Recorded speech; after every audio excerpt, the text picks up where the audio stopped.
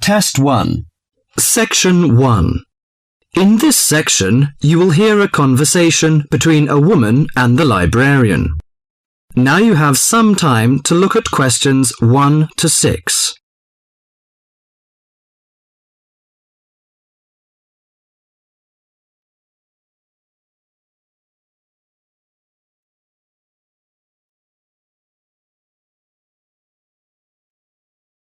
Now listen to the talk and answer the questions 1 to 6.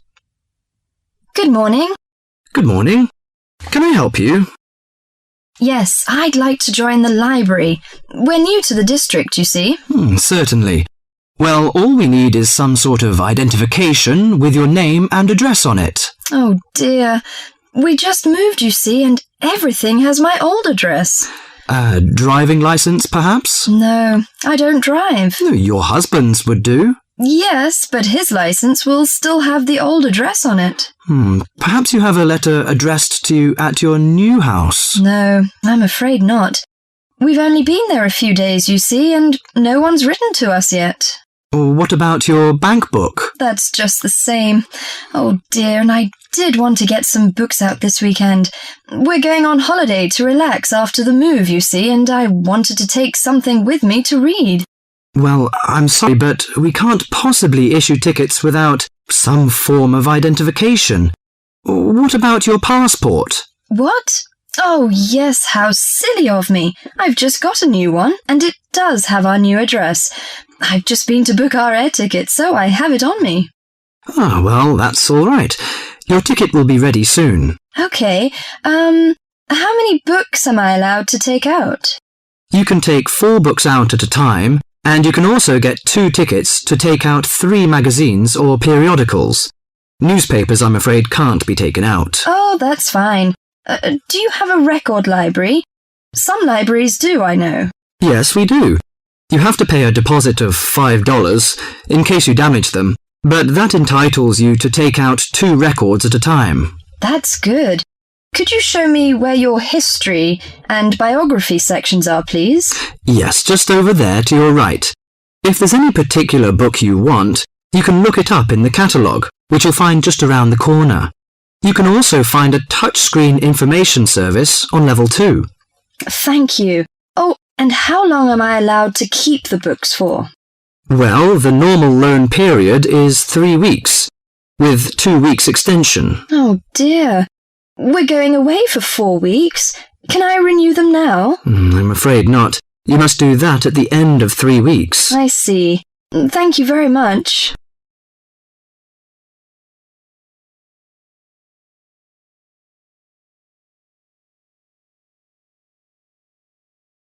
Before the talk continues, you have some time to look at questions 7 to 10.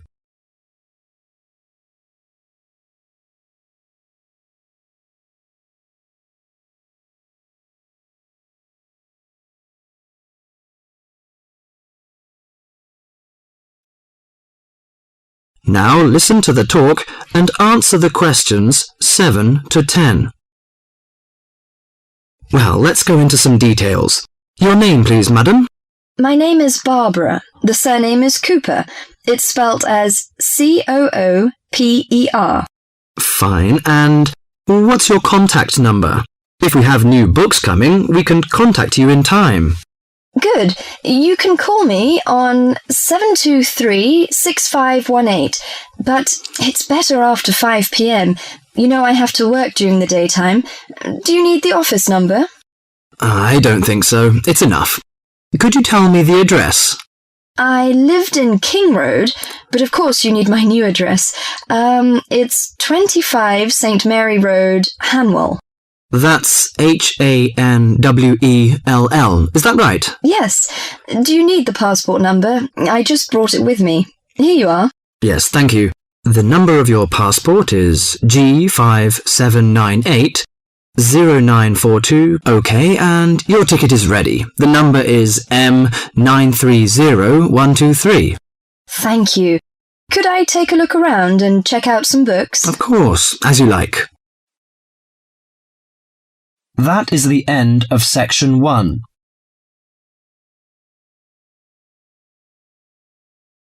You now have half a minute to check your answers.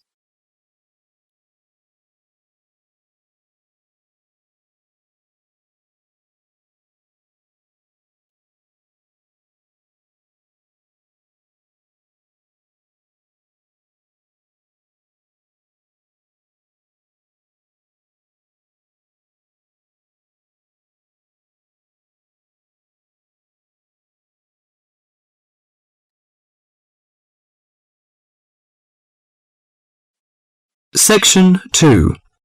In this section, you'll hear an introduction on cheese making. You have half a minute to read the questions 11 to 20 first.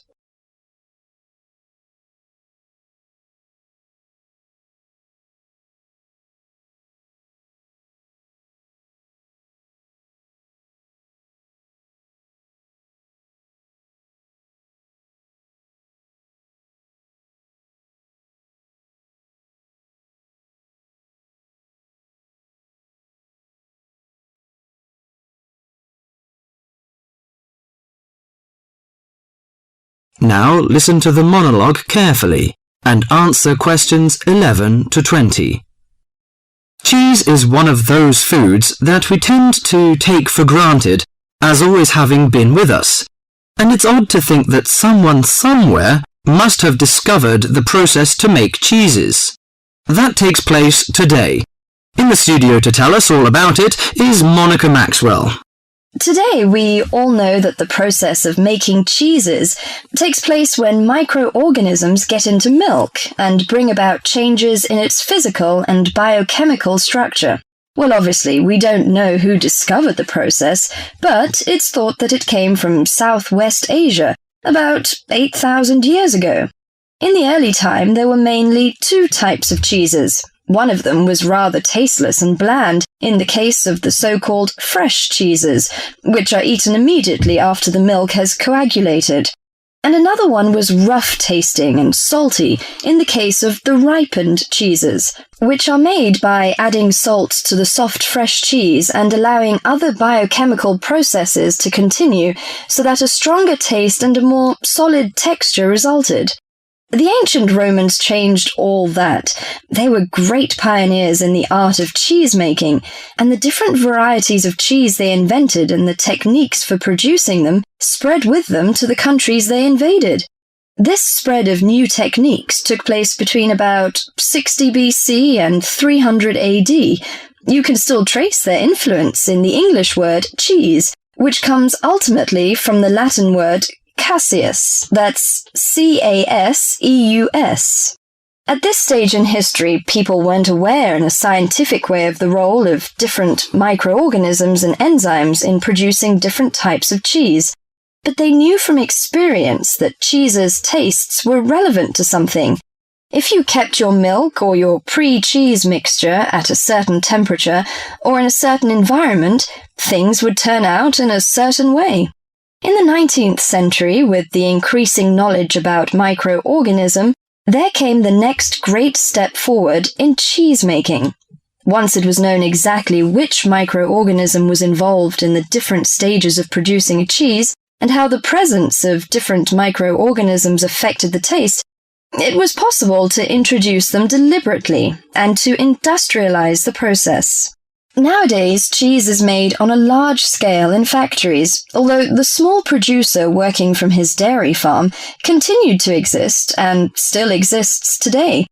Cheesemaking moved very much into the world of technology and industrial processes, although because the aim is still to produce something that people like to eat, there's still an important role for human judgment. People still go round tasting the young cheese at different stages to see how it's getting on, and may add a bit of this or that to improve the final taste. Whatever the scale of production, there is still room for the development of art alongside the technology. That is the end of section 2.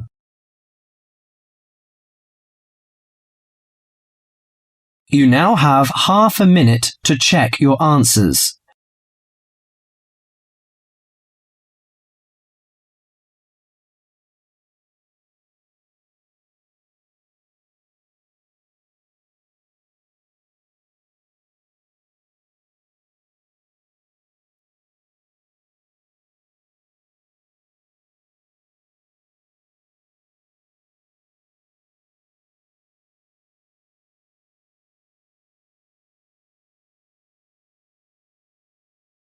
Section 3.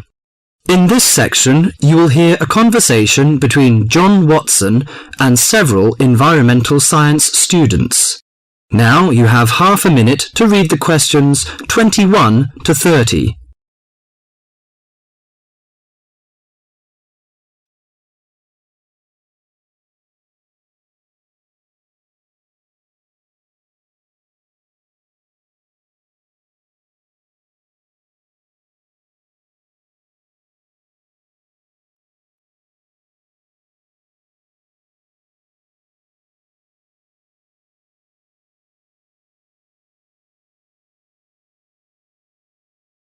Now listen to the conversation and answer questions 21 to 30. Good morning, everyone. I'd like to introduce our guest to you, John Watson. We're delighted to have John with us today to share his views on conservation. As environmental science students, I know you'll have a lot of questions. So let's kick off by asking him to tell us how he got involved in the environmental movement. Thank you, Deborah. It's nice to be here. When I was 7 years old, back in the 1940s, my father bought 200 acres of land on the central coast of New South Wales in eastern Australia. The marvellous thing about it was that it was virgin bush. In other words, completely natural. But this kind of country doesn't exist anymore. Oh, what do you mean by that? Well, let me explain. We went to live there when I was 10. When I was 12, the foxes and cats appeared. And by the time I was 14, there were no native animals left. You mean that within 4 years, all the native animals had gone? That's exactly what I mean. But it took a while for people to realise what was going on. So you're saying that it was the cat and the fox that killed off the native animals? Absolutely right. But back in the 1970s, people didn't realise it. Even though Australia was losing wildlife faster than the rest of the world combined, people were blaming the farmers and miners, but not their lovely little pussycats. They're domestic cats you're talking about? Exactly. And what's more, they didn't want to know. Can you tell us how you set about proving your theory that it was feral cats and foxes which were killing native animals? Well, I moved to South Australia specifically to set up a wildlife sanctuary there. Why South Australia in particular? I chose South Australia because it was the only state where it was still legal for me to fence off an area and put back locally extinct animals. That was very far-sighted of them, wasn't it? Well, not exactly. They just hadn't got around to making it illegal. Though they soon tried to, once they realised what I was doing. Did you ever get into trouble for your actions? Yes, once or twice. In 1976, they put me in jail for cutting down some pine trees to allow me to build a fence to keep out the cats and foxes. How did you get out of that situation? Well, I signed an agreement saying that I wouldn't go on building the sanctuary, but then I just kept on building it. That was very brave of you. Well, I figured that I had signed under duress, so I didn't feel bound by it. The sanctuary was completed in 1983 and opened to the public in 1985, and within a year it was overrun with native animals. There are other ways of protecting endangered animals, though, aren't there? You can raise public awareness through research and educational programs. Well, I don't have much time for that. Unfortunately, today we measure success in science, not by your results, but by how much funding you get. What you've done is obviously admirable. But don't you think there's an argument for letting nature take its course? I mean, don't you think cats and foxes have a right to live too? Well, no, not really. They were introduced to this country, but they don't belong here. But aren't you trying to turn back the clock? These other animals are here now. What is so important to you about native species that justifies killing any number of alien ones?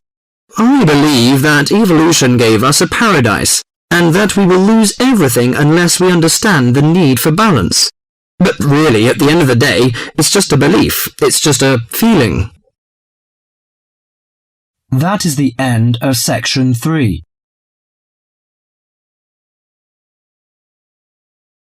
You now have half a minute to check your answers.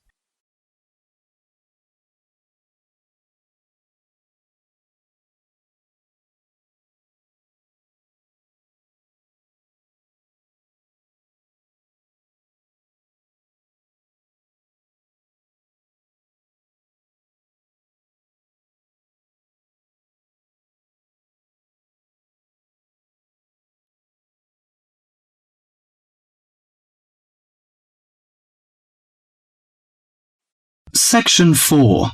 In this section, you will hear a lecture on the research on teen brain.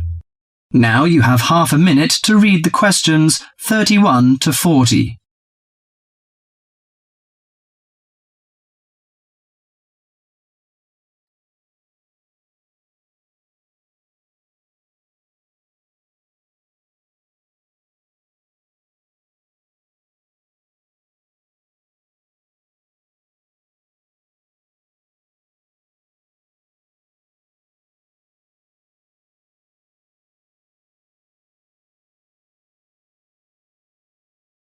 Now listen to the lecture and answer questions 31 to 40. Today our guest is Joseph Parks, Medical Director for the Botany Department of Mental Health. He's going to give a lecture about the research on teenage brain. Good morning, everyone.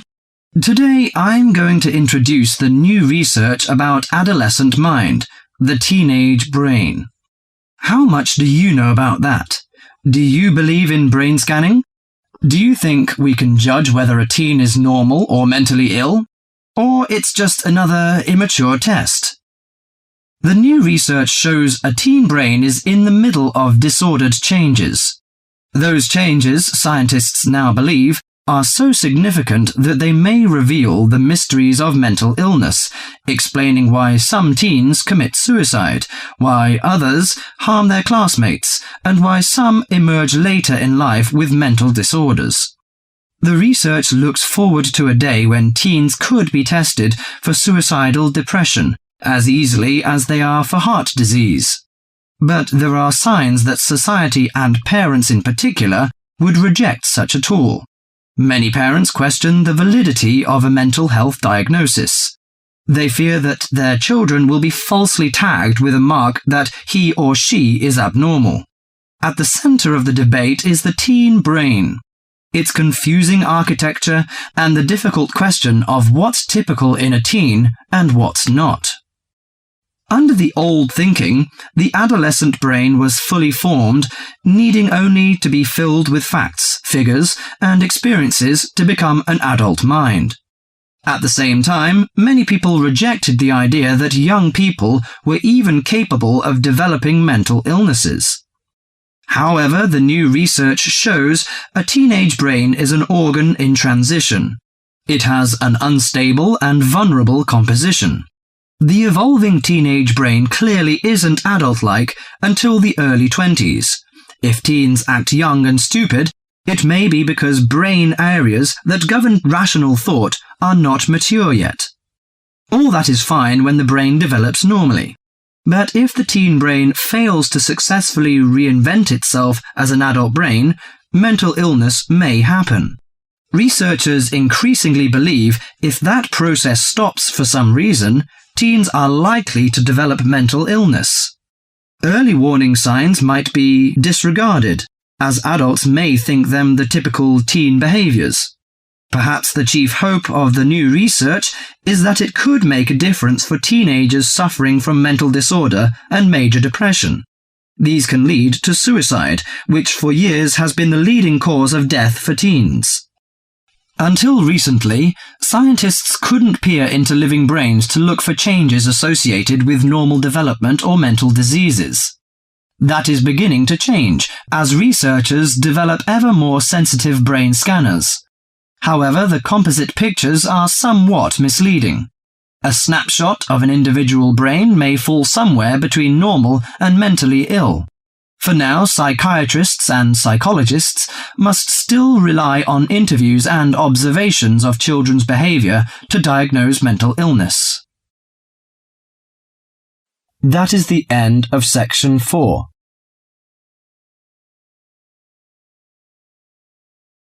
You now have half a minute to check your answers.